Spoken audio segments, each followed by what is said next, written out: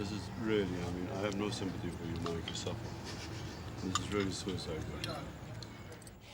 Do you see this marriage as a turning away from the life that you may have led in other parts of the world? You mean a playboy? Is You that what said you... it. You said it. You mentioned a headline to me earlier. What was it? Love rat in the papers? Romeo rat. A Romeo rat. Romeo rat. Did you think you were That was- marrying a Romeo rat?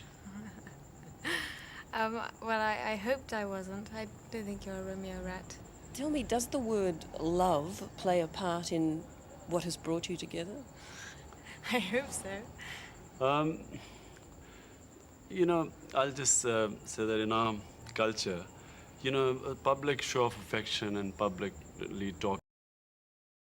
और दूसरा आप Imran Khan status है आपके साथ तो आगे से हंसे और कहने लगे कि मैं सारी ज़िंदगी तो हर काम पब्लिक के लिए नहीं कर सकता और शादी तो मैं अपनी मर्ज़ी से ही करूँगा जिस जगह पे हो सकेगा मैं वहाँ पे जाऊँगी ओल्ड हाउस यतीम खाना हर जगह पे डिसेबल लोगों के जिधर जिधर हो सकेगा इंशाल्लाह मैं जाऊँगी आपकी इजाज़त से एक छोटा सा वक्फा ले लें एक ब्रेक ले लें फिर ये गुफ्तगू जारी रहेगी एक शॉर्ट ब्रेक ले लें हमारे साथ रहिएगा शादी आपने इसलिए की कि शायद आपको कोई ख्वाब में कोई ज़ारत हुई थी या कुछ ऐसी बात हुई थी बहुत माजरत चाहता हूँ लेकिन ऐसी नहीं आपने बड़ा अच्छा किया ये आपने सवाल किया मुझे था कि शायद आप ये ना करें देखें मुझे कभी भी नबी करीम की इस तरह ज़ियारत नहीं हुई कि उन्होंने मुझे हुक्म दिया हो कि तुम खान साहब से शादी कर लो ये bill Beyond Kashmir.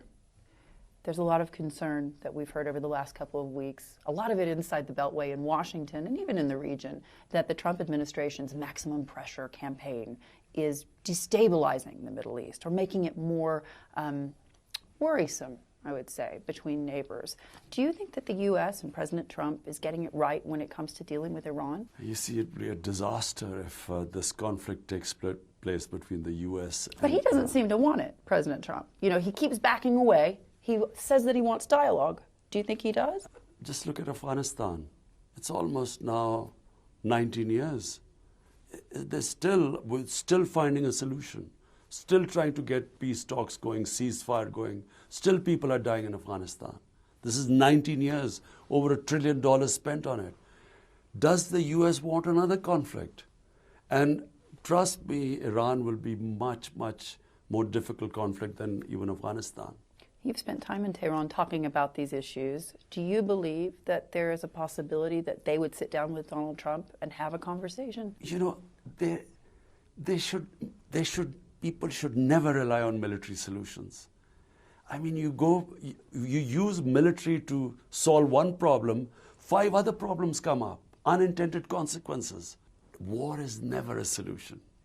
People who try and solve issues through bloodshed and war, you know, they always cause mayhem in this world. A conflict right now with Iran would be a disaster for developing countries. Oil prices will shoot up. Countries like us who are just about balancing our budgets, everything will go and it'll just cause poverty. So I would, you know, and I did say it to President Trump that, you know, war is not the solution.